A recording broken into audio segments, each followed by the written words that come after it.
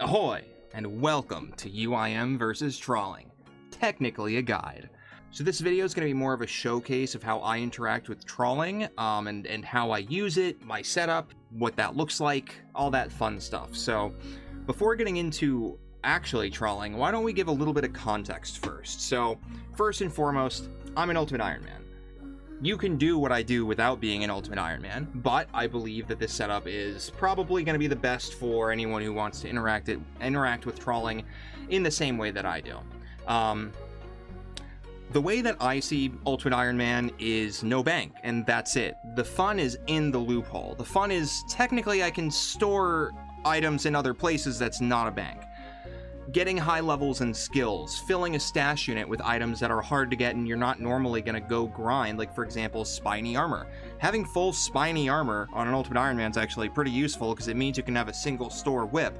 That stash unit in Drainer Village, if you have the spined legs in the rest of the set in your POH, you just pop that in there and can take them out when you want to put the whip away. Cape of Legends on the cape rack, Bob's your uncle, right? I think that's emergent gameplay. I think that's fun. I also understand the people who want the challenge of no storage space, and that's totally fine. The no baggers, the people who don't want to engage with some of these other mechanics, I understand. Totally fine. However, I think in a game where niches are becoming more and more apparent, reward space is having more specific rewards. For example, we have the Maggot King that's going to have that Crush special attack weapon. You now have armor types that are attack style specific, most notably with melee. Ink and Oathplate both are storable in the player-owned house, but these are the sorts of things we just have to be able to think about when approaching the Ultimate Iron Man game mode. So the way I see sailing is I think it's fair game for the cargo hold to be as quote-unquote available to Ultimate Iron Men's as construction is, as the player-owned house is. Ultimate Iron Man do have some restrictions in the player-owned house that other players don't. Granted, this came from the player-owned house rework in like 2018 or whatever it was. It was a long time ago, and sentiment has changed. That being said, if you store items in a player-owned house, you can't withdraw it until you have the full set, but otherwise, it's functional. You can put your items in there, you can take them out so long as you have the full set. With Trawling, when it first came out, it was very highly restricted, mostly in the capacity sense. And I thought that was a huge mistake. I'm very happy that they backpedaled on it, and you are probably going to see why in this video, because I really like the high-level fish. I think it's worth having. So now that we've given the context to the UIM perspective of this, or if you skipped it because I put the timestamp down, let's talk about what do you get out of this? Why even engage with trawling, right? Well, with trawling, there are new high-tier fish. So, right here I only have bluefin, but the three fish I'm interested in are halibut, which is a 20 HP Karambwan, bluefin, which is a 22 HP food and 5 prayer as well, and then you also have marlin. Marlin's 24 health. So, all of these are better than sharks. UIMs historically deal with cheesy potatoes in the Warriors Guild, or you're going to farm sharks with minnows. You're going to have noted sharks. Some people, you might have niche grinds where you're, I have the cooked mantas from Zolra or Vardorvis or whatever, but that's not something you're going to go back and do over and over and over again. There was really only two places for UIMs to turn to if you had three, if you needed food, and that was brews, potatoes, or sharks, noted sharks. And that all changed with sailing. Before getting into how I have each of these boats set up, let's get into the trawling setup. Let's see how that looks.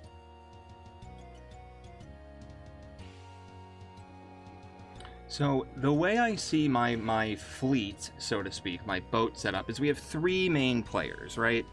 The first one is our trawling boat. And so your trawling boat is going to be both where you collect fish and also your combat boat.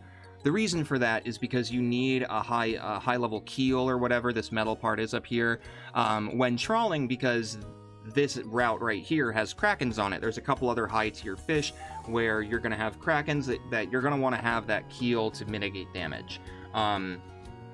So might as well kill two birds with one stone instead of slapping your cannons on your trawling ship and needing two high level keels.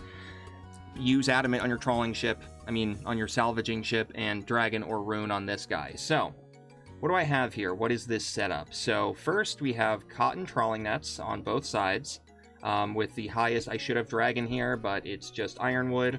Get into that later. Right here I have a Fathom Pearl. This is completely optional, but I like having it because it puts a big arrow of where the thing is, and it's not going to put that arrow over it otherwise.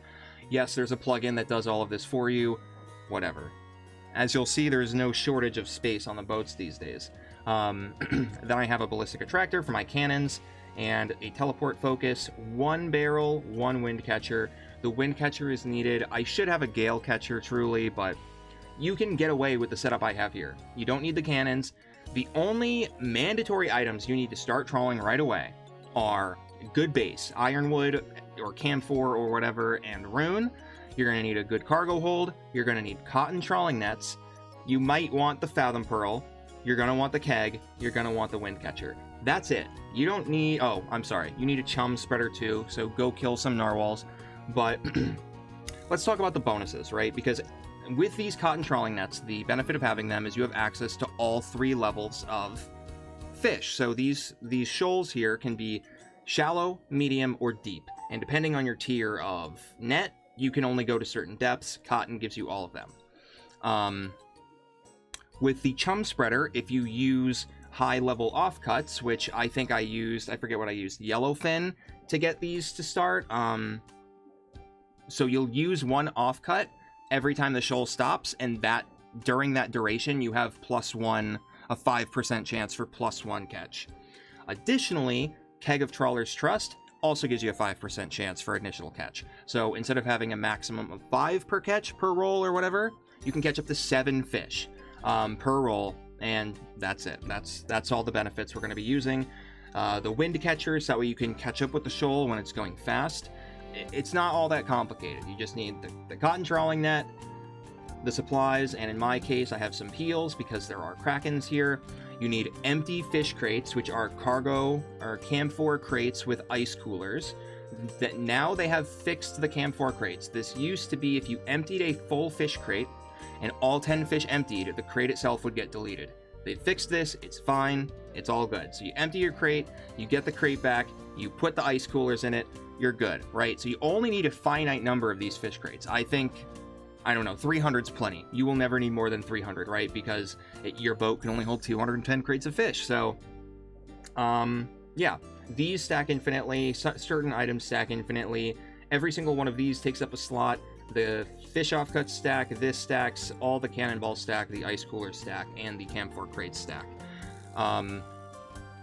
That's pretty much everything. So to get started with this, you're going to want fine fish offcuts, some repair kit of some kind, empty fish crates. For longevity, keep the ice coolers, because as you empty these fish crates, you're going to be able just to refill them with ice coolers.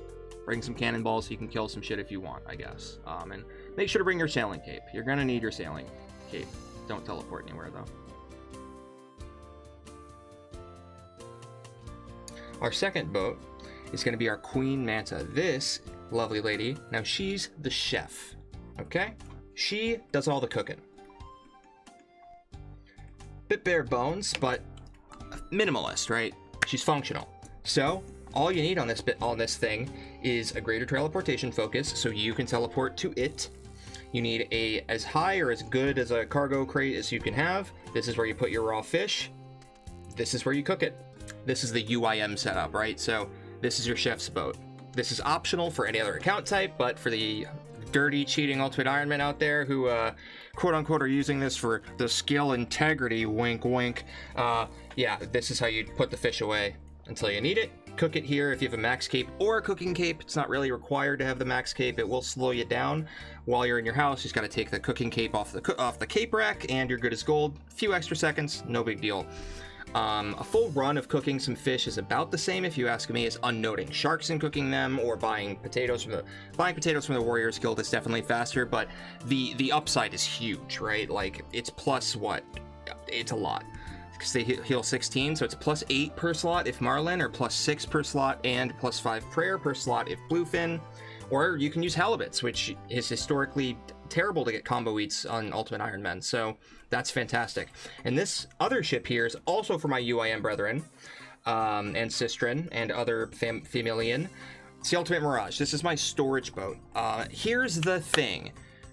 I have a rosewood raft that I put my heart and soul into. In fact, I even put my dragon cannon on this initially. Before they said you'd be able to move the facilities, that was a risky play. I could have been stuck. This thing could have a dragon cannon on it. I could have one rune cannon and one dragon cannon on my trawling. We would be in shambles, people. But no. Instead, we got to move it. I don't have any consequences to my actions. Things are great as always. Now, I keep my cool pimped out rosewood raft because I have sunk cost fallacy going.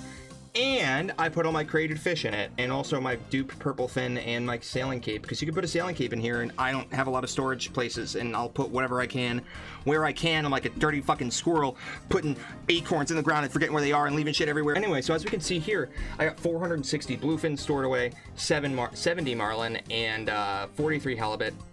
And to uncrate these, it's a little bit of a process. Depending on how much inventory space you have, you can kind of finagle it. Yes, this is where I keep my crated fish, and then what you would need to do is you would need to go to a bank. So this is kind of something you're going to want 99 crafting for, or at least a similar bank teleport. Like, it's high requirements, but empty your thing. If you notice, I kept the crate. That used to not be the case. You then teleport back to your boat, not the Ultimate Mirage, but instead the Queen Manta.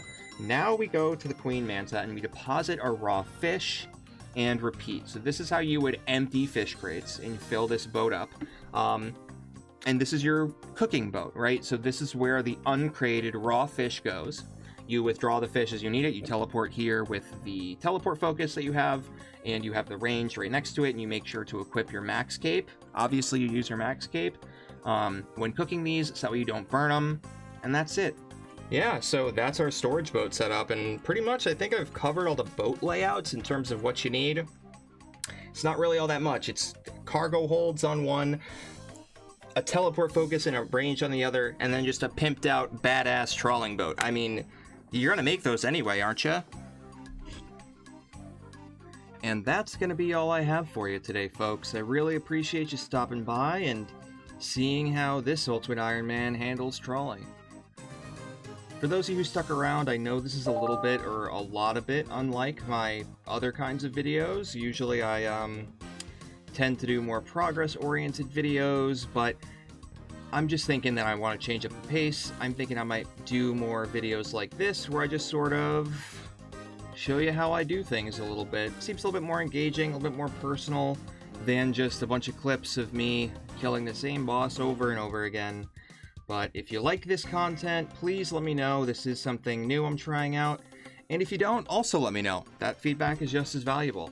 I hope you have a great day. I hope that this was helpful.